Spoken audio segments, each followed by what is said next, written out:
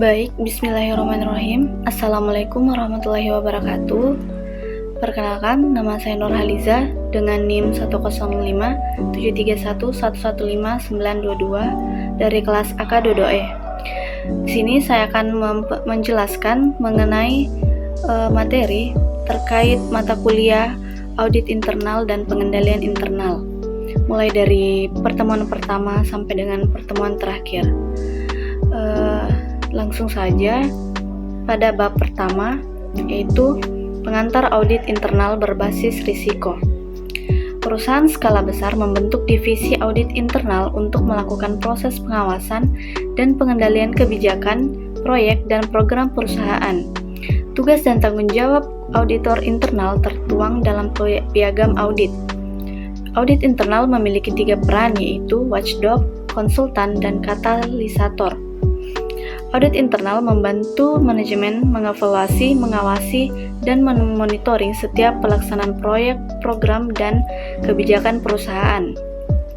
Audit internal berbasis risiko adalah teknik audit yang dimulai dengan perencanaan audit, pelaksanaan audit, dan pelaporan hasil audit berbasis prioritas risiko yang telah diterapkan manajemen perusahaan.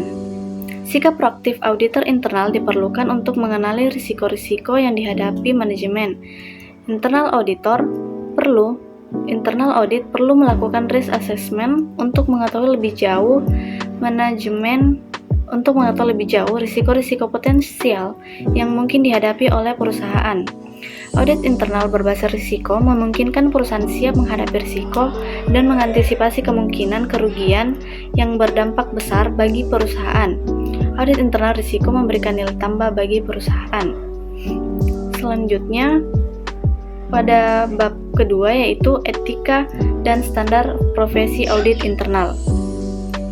Etika dan standar profesi audit internal adalah audit internal yang tidak hanya tentang memastikan kepatuhan terhadap prosedur dan regulasi, tetapi juga bertumpu pada prinsip-prinsip etika dan profesionalisme. Standar profesi yang berlaku seperti yang dikeluarkan oleh Institute of Internal Auditors menjadi panduan agar auditor dapat menjalankan peran mereka secara konsisten dan andal serta memberikan nilai tambah bagi organisasi. Etika menjadi landasan utama yang memastikan auditor internal mampu bertindak dengan adil dan independen. Sementara standar profesi berfungsi sebagai pedoman teknis dalam pelaksanaan audit. Selanjutnya bab ketiga yang membahas sejarah audit internal. Kompleksitas perusahaan, perkembangan bisnis, dan kemajuan teknologi membuat tuntutan adanya proses pengawasan dan monitoring atas pelaksanaan operasional perusahaan. Kebutuhan akan fungsi audit internal bagi perusahaan sebuah keniscayaan. Profesi audit internal sudah ada sejak sekitar 3.500 sebelum Masehi. Asosiasi Auditor Internal dibentuk tahun 1941 dengan nama Institute of Internal Auditors.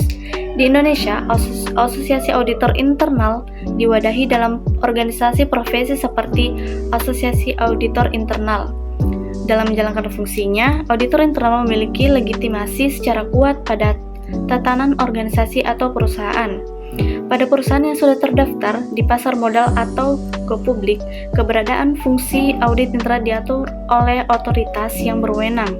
Sementara pada perusahaan yang belum go publik, maka keberadaan auditor internal sesuai dengan kebijakan manajemen perusahaan. Dalam model three line defense, maka auditor internal berada pada lini pertahanan ketiga. Auditor internal menempatkan diri sebagai mitra manajemen dengan memberikan jasa konsultasi dan penjaminan secara independen. Selanjutnya pada bab keempat membahas mengenai memahami dan mengukur efektivitas pengendalian internal. Sarana pengendalian meliputi orang, peraturan, anggaran, jadwal, dan analisis seluruh komponen yang ada dalam perusahaan. Auditor internal mungkin tidak bisa sepenuhnya memahami sistem operasi, tetapi auditor internal dididik untuk mengevaluasi sistem pengendalian secara objektif. Kegiatan audit internal haruslah membantu perusahaan menerapkan pengendalian secara efektif dengan mengevaluasi efektivitas dan efisiensi terus mendorong serta perbaikan terus-menerus. Pengendalian adalah sebuah sarana atau tools untuk membantu pencapaian tujuan dan sasaran perusahaan. Pengendalian yang baik tidak hanya melindungi perusahaan, tetapi juga karyawan dan manajemen. Pengendalian memberikan keyakinan memadai kepada pemilik dan para pemangku kepentingan. Audit internal merupakan penilaian atas keyakinan, independen, objektif, dan aktivitas konsultasi yang dirancang untuk menambah nilai perusahaan.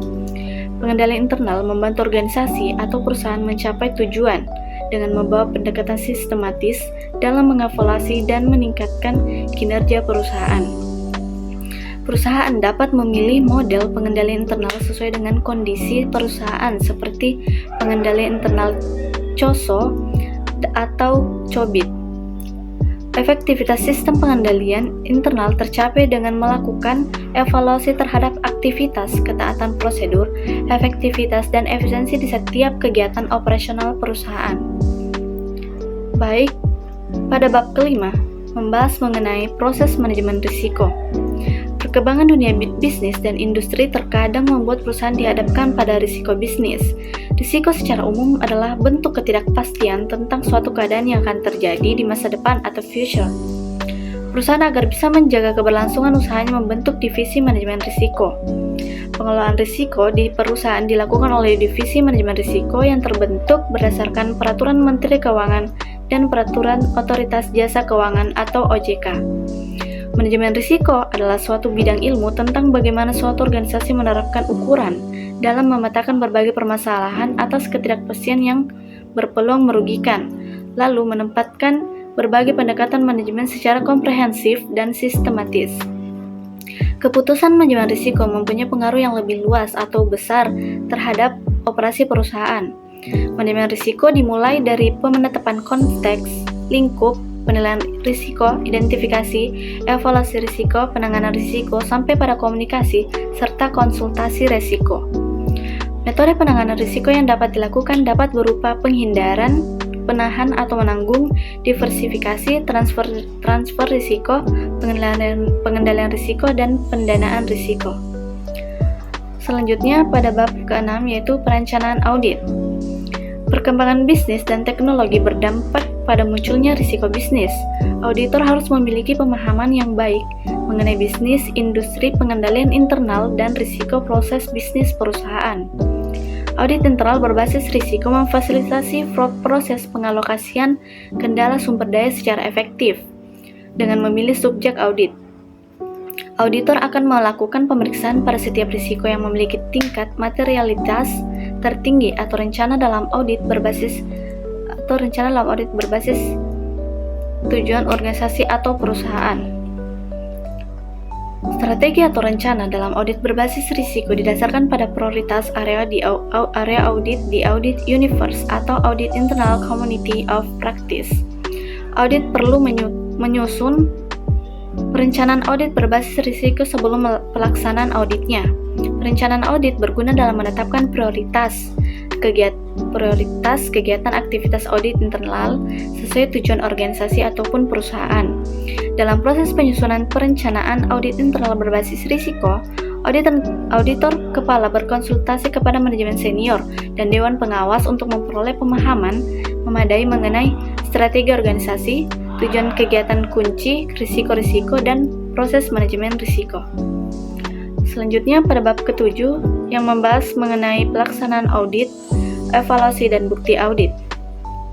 Audit internal berbasis risiko adalah audit yang difokuskan dan diprioritaskan pada risiko bisnis, proses, dan pengendalian terhadap risiko yang dapat terjadi. Semakin tinggi risiko suatu area atau unit, semakin tinggi perhatian dalam audit area atau unit tersebut untuk dilakukan pengawasan atau audit. Untuk melakukan audit internal berbasis risiko, auditor internal harus melakukan pengumpulan bukti audit dan evaluasinya melalui tahapan identifikasi, penentuan, serta penelitian dan pengujian audit. Dalam mengumpulkan bukti audit, terdapat syarat yang harus dipenuhi, antara lain bukti audit haruslah cukup, dapat diandalkan, relevan, dan kompeten. Auditor internal akan melakukan pengujian dan prosedur audit untuk memperoleh bukti audit.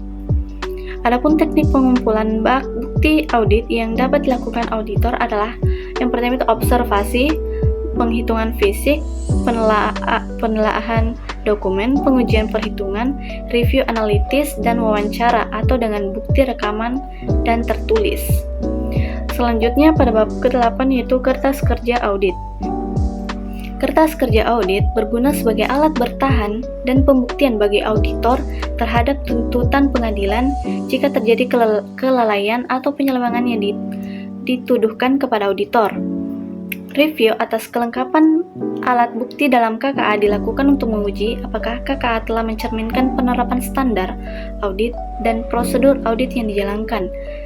Review kertas kerja audit atau KKA merupakan suatu proses penelaahan ulang secara cermat, kritis, serta sistematis atas catatan-catatan yang dibuat, dikumpulkan dan disimpulkan oleh auditor mengenai prosedur audit yang ditempuh, pengujian yang dilakukan, informasi yang diperoleh, serta simpulan audit yang dibuat. Review kertas kerja audit adalah akan menjadikan proses pengendalian mutu kegiatan audit yang dilaksanakan mulai dari proses perencanaan, penggunaan staf audit, pelaksanaan audit, hingga proses pelaporan hasil audit. Suatu review KKA akan memberikan jaminan secara memadai atas mutu hasil audit. Baik, selanjutnya bab 9 yaitu pelaporan hasil audit. Laporan hasil audit merupakan bagian penting dari rangkaian pelaksanaan audit internal. Perlu pemahaman teori yang memadai dan praktik yang cukup untuk mendukung keberhasilan penulisan laporan hasil audit. Laporan hasil audit merangkum temuan audit internal dan rekomendasi yang dibutuhkan respon manajemen dan seluruh unit di perusahaan. Auditor secara efektif dapat menggunakan laporan hasil audit sebagai media komunikasi untuk memahami kebutuhan manajemen. Standar profesi yang dipublikasi oleh IIA menyebutkan laporan audit internal harus memenuhi kriteria clear, concise, complete, konstruktif, accurate, objektif, dan timely. Laporan hasil audit dikategorikan menjadi dua, yaitu laporan final dan laporan intern. Sistematika laporan hasil audit terdiri atas bagian pengantar, bagian pokok, bagian penutup, dan lampiran. Saat mengomunikasikan laporan hasil audit, auditor internal diharapkan mampu mengomunikasikan secara efektif dengan menerapkan komunikasi dua arah. Komunikasi dua arah secara efektif dilakukan agar terjadi interaksi yang kemudian menghasilkan solusi yang terbaik. Selanjutnya pada bab 10 yaitu membahas fraud dalam audit internal. Kecurangan atau fraud yang dilakukan tenaga kerja, baik skala kecil maupun skala besar, terjadi karena kurangnya sistem pengendalian internal dan pengawasan. Audit internal berperan besar bagi perusahaan dalam mengendalikan dan mengevaluasi efek aktivitas kegiatan perusahaan, terutama pencegahan fraud. Audit internal berperan dalam mengevaluasi efektivitas sistem pengendalian dan memberikan rekomendasi perbaikan atas kelemahan-kelemahan yang ditemukan. Audit internal dituntut untuk mendeteksi fraud yang sedang terjadi ataupun yang telah terjadi. Terdapat 4 teori fraud, yaitu fraud triangle, teori fraud, fraud diamond theory, fraud pentagon theory, dan fraud hexagon theory. Fraud atau kecurangan biasanya terjadi pada perusahaan skala besar, baik pemerintah maupun swasta, sehingga kerugian atas terjadinya fraud sangat besar jumlahnya. Albert mendefinisikan fraud sebagai kecerdikan manusia dirancang untuk memperoleh keuntungan secara lebih dari pihak lain dengan keterangan palsu. Fraud mencakup 3 langkah, yaitu ketindakan, penyembunyian, dan konversi. Association of Certified Fraud Examination mengelompokkan fraud dalam 3 jenis, yaitu financial statement fraud, asset misappropriation, dan corruption. Dan yang materi terakhir yaitu bab 11, riset audit internal berbasis risiko. Audit perlu dilakukan untuk memantau kebijakan dan pelaporan manajerial sehingga dapat mengurangi risiko informasi dan menjamin keandalan pelaporan keuangan. Audit internal memiliki peran penting sebagai garis pertahanan dalam pengelolaan dan pengendalian biaya operasional yang efektif dan efisien di dalam perusahaan. Kegagalan di dunia bisnis menekankan adanya ketidakmampuan manajemen dalam mengidentifikasi risiko yang akan dihadapi perusahaan. Fokus audit internal, auditing telah mengalami perubahan. Fokus utama sebagai watchdog yang memberi masukan atau input untuk perbaikan atas sistem dan berperan sebagai katalis dalam organisasi. Penelitian terkait audit internal meningkat sejak diberlakukan Peraturan Otoritas Jasa Keuangan atau OJK tentang kewajiban pembentukan unit audit internal. Hasil analisis menunjukkan topik penelitian audit internal di Indonesia secara umum membahas tentang peran audit internal pada peningkatan pengendalian internal, tata kelola perusahaan, efektivitas manajemen risiko, mendeteksi manajemen laba, pencegahan praktik accounting fraud, dan peningkatan kualitas laporan keuangan. Baik, itu saja yang bisa saya sampaikan mengenai materi audit internal dan pengendalian internal dari pertemuan pertama sampai dengan pertemuan terakhir. Jika ada kekurangan, mohon dimaafkan. Wassalamualaikum warahmatullahi wabarakatuh.